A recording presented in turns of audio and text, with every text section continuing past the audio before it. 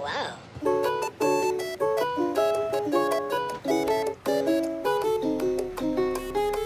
The internet is huge and I don't know where any viewer is coming from. So the paranoia that everything is just connected, yeah, that's well and true and alive, but yeah, maybe there's another parallel universe or just other people who need to hear me or see me. Schizoaffective, bipolar mixed with schizophrenia. I wanted to come on here and tell you guys that living with this diagnosis is not easy. I feel like everyone around me is out to get me. It's hard to live like this because actually once people know that you have this paranoia in you, you start to see people's true color. You grow some kind of like agoraphobia and you start to question everything. And for me, I guess my safety would be journaling on my book, coming on camera, talking to my psychiatrist, and honestly whoever else wants to listen. But even whoever else, being that they are my inner circle and I don't have any type of friends online or a chat group that I'm in yet, I should join a Facebook group for Gem in the Holograms. You guys know Gem is truly outrageous. Yeah, so I commented on one of the music videos and someone was like, oh, there's Facebook groups, so yeah, I need to get into that and chat with people. But honestly, right now I'm so paranoid and I don't want to go to the hospital. I don't. It's just another trap cycle, the system trying to get you. I've worked so hard. I've been out of the hospital for 1 full year.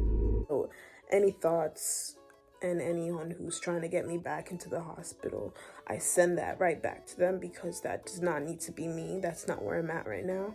And right now I need to regulate myself and contain myself from on the outside, being an outpatient, going to all these different programs that are helping me, and I need to continue to stand firm in my faith and stay true in who I am and confident and believe that I am a goddess, and things are gonna get better for me and I don't need to conform at all. I could just be a chameleon if that's what I need to be and pass through this jiggy jungle until I make it.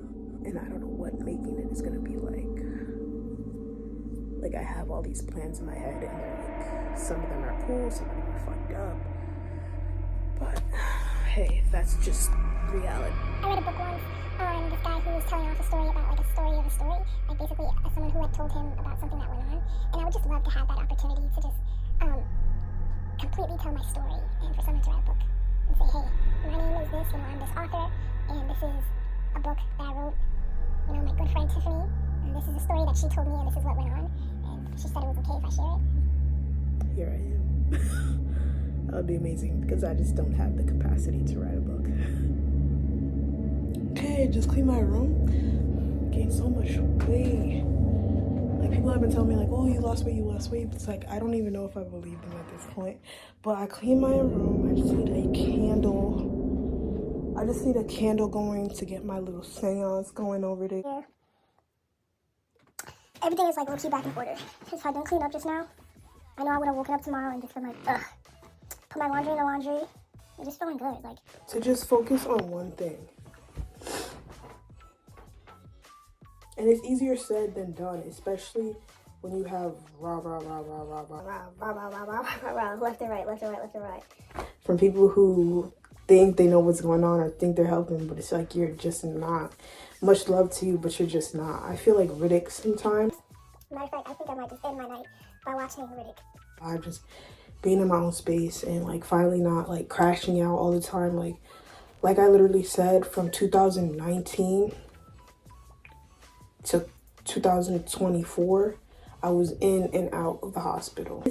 Basically, the failed lack of support in my mental health and just neglect overall. And then I started medicating myself, which helped, but then obviously it gets to a point where you're abusing the medication and you're chasing medication. Why? Because if you just have, it's like when the doctors hand people opioids for their pain. You know, you need a little bit of management with that. Sometimes you do need someone who can give it to you. I was too young to be medicating myself with, I would say, like, you know, most people do start smoking at, 14, 15. But I would just say I was too young to, like, manage that on my own. If I was in, like, a Colorado state or whatever. And I was seeking, and it just so happened that cannabis was introduced to me as a healing and as a therapy, maybe I would have been able to have a better relationship with cannabis. But I just think there's a lot of bullshit around people who say like, oh, I stopped smoking cannabis and my life just, oh my God, my life is changing and you should do it too. I think that some people just need to find a proper relationship to have with cannabis, because there's that recreational and that medicinal. Like, so you're using it medicinally, probably. And then it's like, hey, I like this feeling, but you have to be content with that. I like this feeling. You have to rock with that mindset when you get high. Like, I already know this, but I never implicate it.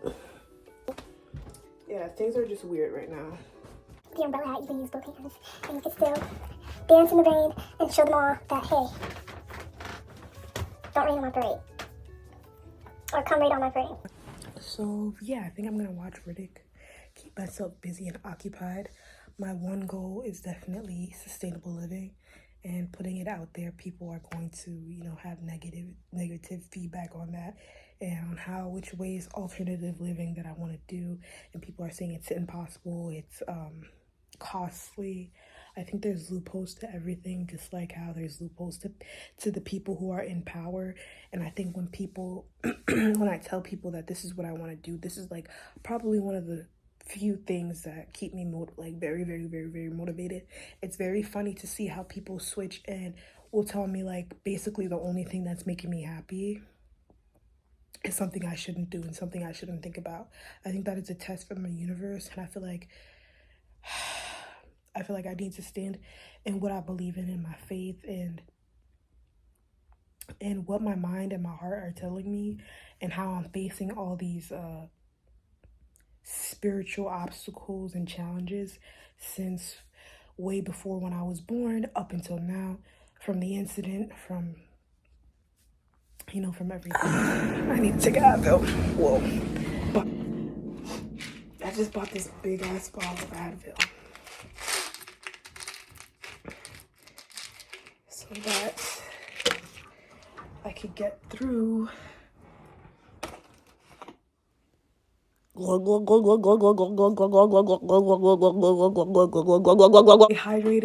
hydrated, guys. If you're an active addiction, stay hydrated. Please. Or not. Like, if you're gonna still be a user, go around people who are, helping you, giving you clean environments, helping you to get high just safely. Cope as you're medicating and as you're going on your journey.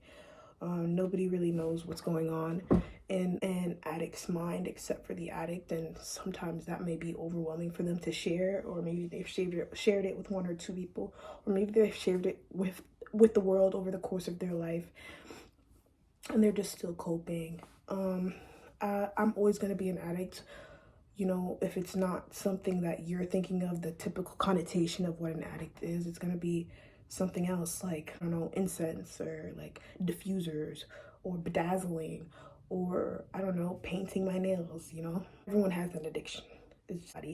We just have a bad rep. People out there, lots of functioning addicts right out there, but a lot of them forget who they were and tend to pass down judgment, or they surpass and overcome typical addiction, and they become, something, wonderful. They make something of themselves, and they tend to like say like, hey, if you were at the bottom, like blah blah blah, this is all your fault, or I don't know. And I want to keep my own, and I want to stay firm in that. And I've been able to go back into my journals and see the different types of things I say to myself, and go back into Ain't Tiffany Loyal and Starving Art Visuals, and see what the kinds of things that I'm saying and putting out there. And I'm still fond of that, regardless of if I'm gonna be in the public eye or not, regardless of if I'm gonna be called out or not. I don't know what's gonna happen, but we'll see. Some of what I'm looking up: schoolies, That is bothering me so bad. Chalele Popala. Chalele Popala. Chalele Popala. Alright, y'all. I'm cozy. I think I'm gonna try and keep myself occupado. I have some hydroxyzine. It's no trazodone. I don't know where my trazodone's at, but hey, we will suffice.